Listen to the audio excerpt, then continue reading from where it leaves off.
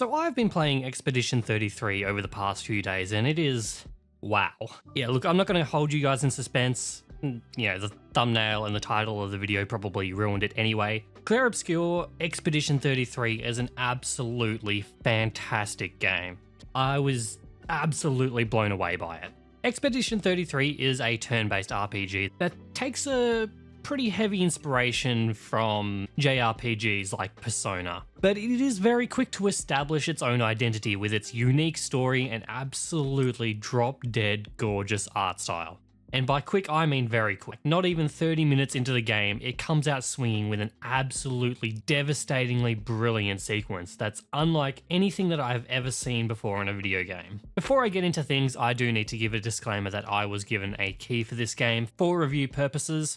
Though I do not think being given a free key for the game influences my final decisions on if I recommend a game or not, I think it's important to disclose this information so you can inform your own decisions on that. One of the first things that jumped out at me when playing Expedition 33 was the story and the writing. In this world, there is a being called the Paintress, who every year she paints a number, and when she does, every person of that age dies. Every year she counts down another number, and every year the humans send out an expedition to try and stop her before she completely extinguishes humanity. Our story begins with Gustav going to visit his former lover before she dies in the next Gommage. Gommage is what they call the annual event where everyone gets, unalived by the Paintress. So yeah, the game starts very heavy. But what drew me in more was the character writing. What should be a very melancholy time for every character involved isn't quite that. Gustav and Mael, our two main characters, are seen joking with each other, as well as Sophie, the woman who's,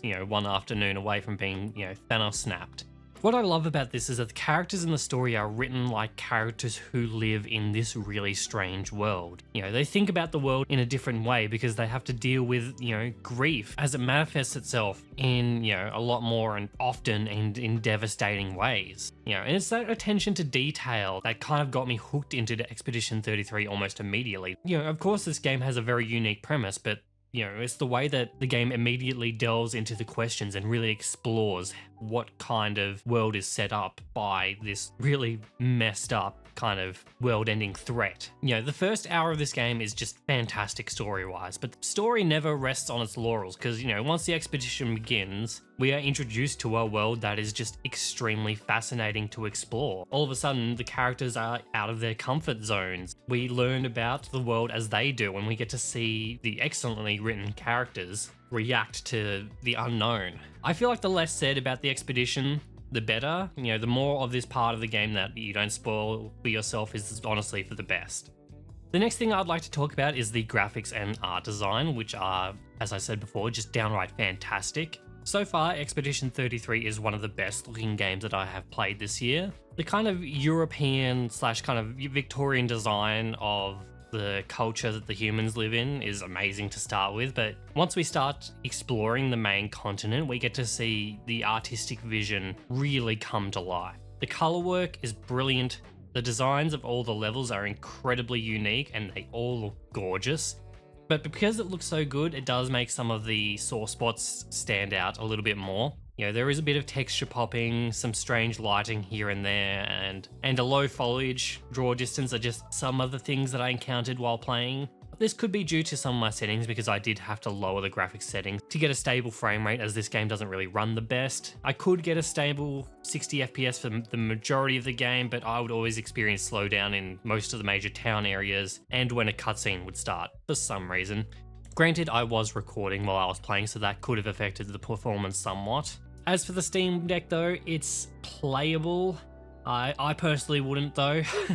In the small time I spent on this game on the Steam Deck, I was not loving it. This game does run fine, but it does not look fine. Blurry textures, pixelated shadows, the lighting doesn't look good, as well as the lower resolution just contribute to a lesser experience. It takes away one of the major things that I personally want from playing this game, which is taking away how good the game looks. If gameplay is all that matters to you, then the game is playable on Steam Deck, but expect the fans on your device to start making a bit of noise when you play.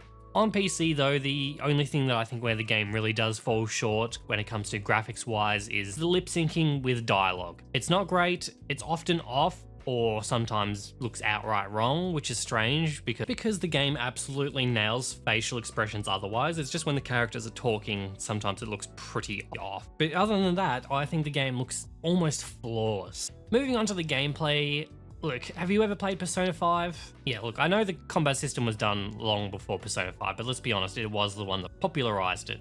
Look, you know, it's a typical JRPG-inspired turn-based formula.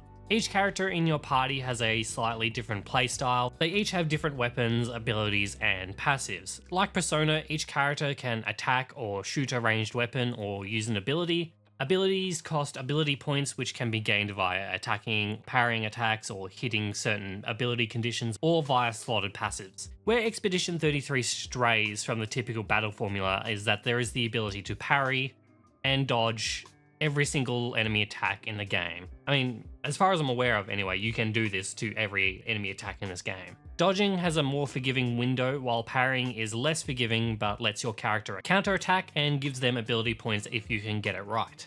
How good you are at this gameplay mechanic will pretty much directly correspond to how easy or difficult this game is for you.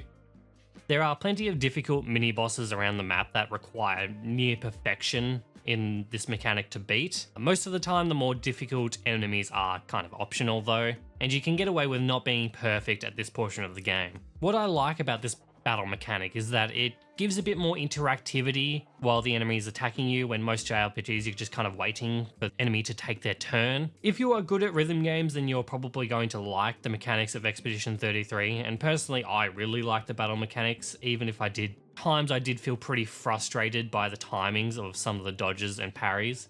You know, some of them are very difficult to predict, and some of the enemies, like animations, even like kind of fake you out and bait you into using your parry, which annoyed the shit out of me, but we'll move on. The other part of this game is exploration. The game features a giant overworld map, which kind of serves as a hub world to enter smaller linear levels. And I can't believe I'm playing yet another game in 2025 that does this, you know, big player on the small map thing. I do think that it doesn't look anywhere near as goofy as the one in Dynasty Warriors Origins though. The levels within the map function very similar to Persona 5's palaces. The exploration in these levels do feel a bit linear, but it is somewhat offset by the fact that there is no mini-map. Expedition 33 has a very stripped back UI for the most part, and I think that's intentional to get players kind of more immersed in the world and get them looking around and taking in the surroundings a lot more, which I certainly did pretty much every time I entered a new level, and was just kind of gawking for ages at just like all of the environments because they look amazing.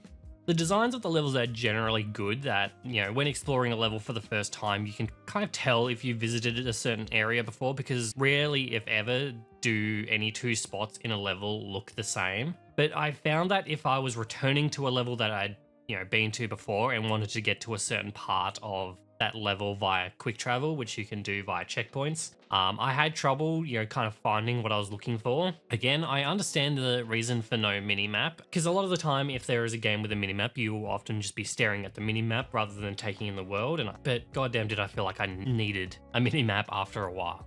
But getting back into exploration, I think it is generally fine, especially in, you know, the levels, but it is kind of let down by the not very great character movement. It's a little sluggish. For some reason, there is platforming in this game, and it kind of really highlights a movement system that doesn't really feel like it was designed for what it's trying to do. It's not that great. On the system side of things, in typical RPGs fashion, there is a leveling system, as well as each character having their own type of weapon, as well as their own skill tree. There is the ability to equip what is called pictos, which are, lack of a better term, passives, slotted passives. These can range from extra base attack damage to gain ability points on kills to gaining combat bonuses if the character is the last person alive left in your party in a battle. Each character can only equip 3 of these pictos, but after they win 4 battles with them equipped, they can then be slotted in a different passive slot called Lumen, I think. The only restriction with the Lumens are the amount of Lumen points the character has, which you can upgrade via items. And if you want, you can really just stack all of those points onto the one character if you really wanted to do that. Just make them a Giga Chad. I like the idea behind this, but in practice, you know, managing all of your characters does start to become a bit of a chore, especially when you come across more characters in your party, which isn't really helped in the slightest by the UI. I found the user interface a little stiff to navigate. Granted, I did play this game on a controller, but the game does recommend you play it with a controller, and once you start collecting a lot of pictos and your characters have a lot of abilities, and you want to upgrade their attributes, it can just feel a little overwhelming.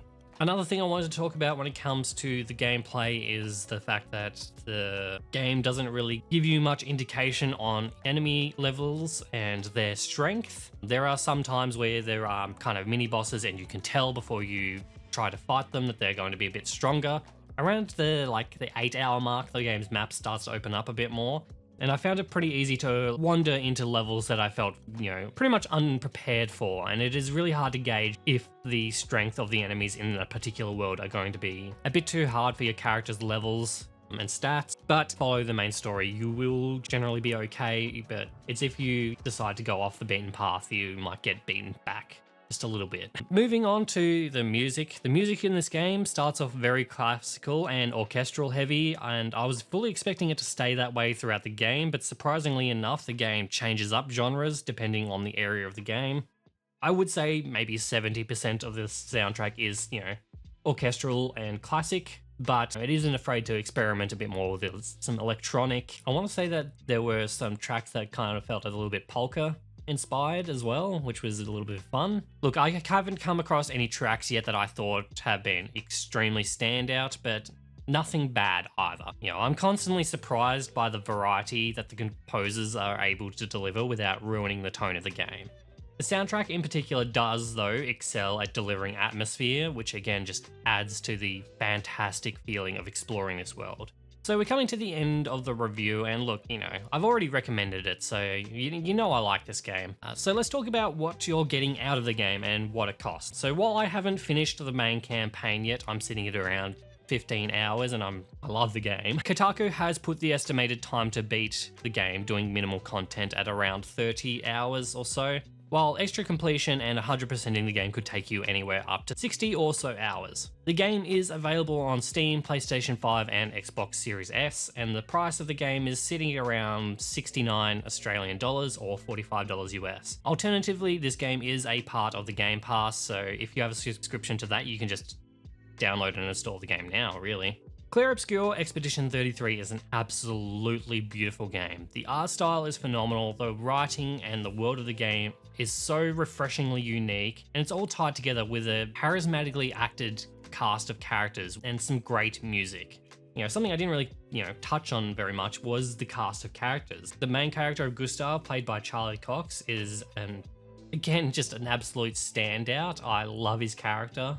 And, the first few people that come to your party are also just great. There was an interaction very early on between Gustav and Lune that I really liked, that really sold, what these characters are about. Gustav is more emotional and Lune is more pragmatic. So far, none of the characters feel like dead weight. They've all got something to do and all have something to contribute to the story.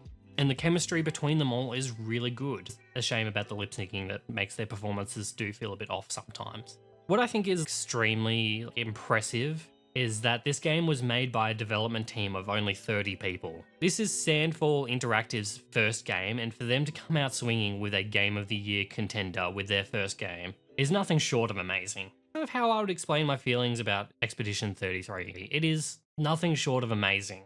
Thanks for watching this video. If you have made it this far, then please consider leaving the video a like and subscribing if you haven't already. If you end up playing or have already played Expedition 33, then let me know what you thought about it in the comments below.